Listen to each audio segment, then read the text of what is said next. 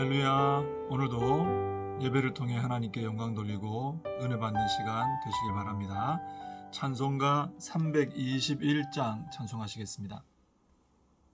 찬송가 321장 날 대속하신 예수께 함께 찬송하시겠습니다. 날 대속하신 예수께 내 생명 모두 드리니 늘 진실하게 하소서.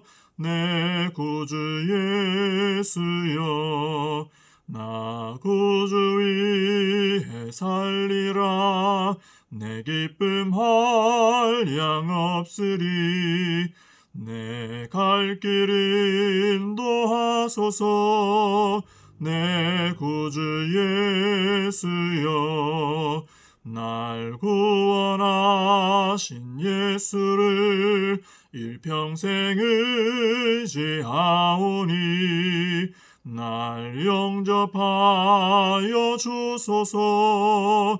내 구주 예수여, 나 구주 위에 살리라. 내 기쁨 한량 없으리. 내 갈 길 인도하소서. 내 구주 예수여, 주 십자가에 달리사 날 자유하게 했으니 내 몸과 마음을 주의해 다쓰게 하소서. 나 구주 위에 살리라. 내 기쁨 한량 없으리. 내 갈 길 인도하소서. 내 구주 예수여, 아멘. 기도드리겠습니다. 하나님 아버지, 오늘도 하나님께서 저희들을 사랑하여 주시고 은혜 주시며 이 하루도 하나님의 은혜 가운데 살아갈 수 있도록 인도해 주실 줄 믿고 감사를 드립니다. 하나님, 오늘도 이 예배 가운데 함께하여 주시고 예배를 드리는 저희들의 마음이 온전히 하나님만을 향하게 해주시며 예배를 통해서 은혜 받고 특별히 말씀을 통해서 깨닫는 시간 될 수 있도록 인도하여 주시옵소서. 예수님의 이름으로 기도하옵나이다. 아멘.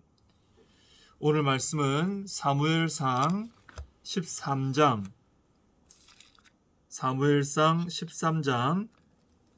15절 하반절부터 23절까지 말씀을 보시겠습니다. 사무엘상 13장 15절 하반절부터 23절까지입니다. 제가 봉독해 드리겠습니다. 사울이 자기와 함께한 백성의 수를 세어보니 600명 가량이라. 사울과 그의 아들 요나단과 그들과 함께한 백성은 베냐민 게바에 있고 블레셋 사람들은 믹마스에 진쳤더니 노략군들이 세대로 블레셋 사람들의 진영에서 나와서 한 대는 오브라 길을 따라서 수알 땅에 이르렀고 한 대는 벳호론 길로 향하였고 한 대는 광야 쪽으로 스보임 골짜기가 내려다 보이는 지역길로 향하였더라. 그때에 이스라엘 온 땅에 철공이 없었으니 이는 블레셋 사람들이 말하기를 히브리 사람이 칼이나 창을 만들까 두렵다 하였음이라. 온 이스라엘 사람들이 각기 보습이나 삽이나 도끼나 괭이를 벼리려면 블레셋 사람들에게로 내려갔었는데 곧 그들이 괭이나 삽이나 쇠스랑이나 도끼나 쇠 채찍이 묻을 때에 그리하였으므로 싸우는 날에 사울과 요나단과 함께한 백성의 손에는 칼이나 창이 없고 오직 사울과 그의 아들 요나단에게만 있었더라. 블레셋 사람들의 부대가 나와서 믹마스 어귀에 이르렀더라. 아멘. 우리나라 옛말에 갈수록 태산이다 라는 말이 있죠. 계속해서 어려운 일이 펼쳐지거나 또 지금보다 더 어려운 상황에 빠질 때, 그때 갈수록 태산이다, 이런 말씀들을 하게 됩니다. 그런데 지금 사울과 이스라엘 군대가 다 그런 상황입니다. 어제 우리가 살펴봤던 것처럼 사울이 하나님의 명령을 따르지 않고 자신의 판단대로 일을 처리한 결과 사무엘이 사울에게 아주 무서운 말을 하고 떠나버렸습니다. 이 사무엘이 저주와 같은 말을 퍼붓고 떠났다는 것 자체만 해도 사울과 이스라엘 군대에게 있어서는 사기가 크게 꺾일 만한 그런 일입니다. 근데 상황은 갈수록 더 태산입니다. 사울과 함께한 백성의 수를 다시 세어봤는데 이제는 600명밖에 남지 않았습니다. 처음에 사울을 따라온 사람들이 3,000명 정도 됐습니다. 근데 대부분 다 돌아가고 600명이 남은 것입니다. 그리고 17절과 18절을 보면 블레셋이 세대로 나뉘어서 진을 쳐서 이동했다는 게 나옵니다. 지금 안 그래도 이스라엘이 숫자적으로 굉장히 열세입니다. 그런데 블레셋은 세대로 나뉘어서 아주 이스라엘을 정신없게 만들고 있는 것입니다. 그리고 이스라엘이 후방으로부터 어떤 지원도 받을 수 없도록 차단을 해버린 것입니다. 그리고 또 하나 결정적으로 이스라엘의 상황이 좋지 않은 이유가 뭐냐면 이스라엘 군인들에게는 무기가 없었다는 것입니다. 군인들이 전쟁에 나왔는데 무기가 없습니다. 왜냐하면 이 블레셋 사람들이 이스라엘 사람들이 칼이나 창을 만들 것이 두려워서 이 이스라엘을 계속 억압하고 지배하고 이러면서 이 철공들이 이스라엘 땅에는 가지 못하도록 미리 차단을 해놓았기 때문입니다. 그래서 이스라엘 사람들은 농기구만 무뎌져도 이스라엘 안에서 자체적으로 해결을 하지 못하고 블레셋 사람들에게 가서 해결을 해야 할 정도였습니다. 그러다 보니 이 전쟁을 위한 무기를 전혀 만들 수가 없었고 전쟁을 하러 나왔는데도 무기는 왕인 사울과 그의 아들 요나단에게만 있고 이스라엘 군인들은 무기 하나 없이 이렇게 전쟁에 나와 있는 이런 모습이 되고 말았던 것입니다. 지금 이스라엘은 모든 부분에서 전쟁에서 이길 수가 없는 그런 상황입니다. 이스라엘의 전쟁은 사실 하나님의 전쟁입니다. 근데 영적인 지도자 사무엘은 사울 왕을 저주하고 떠나가 버렸습니다. 영적으로도 이길 수 없는 그런 상황이죠. 또 숫자적으로도 열세입니다. 게다가 무기도 전혀 갖춰져 있지 않습니다. 사실 그런데 이 숫자나 무기는 아무 문제도 아닙니다. 하나님을 전적으로 믿고 따르는 한 사람의 믿음의 사람만 있어도 블레셋은 이길 수 있습니다. 하나님께서 싸우시기 때문이죠.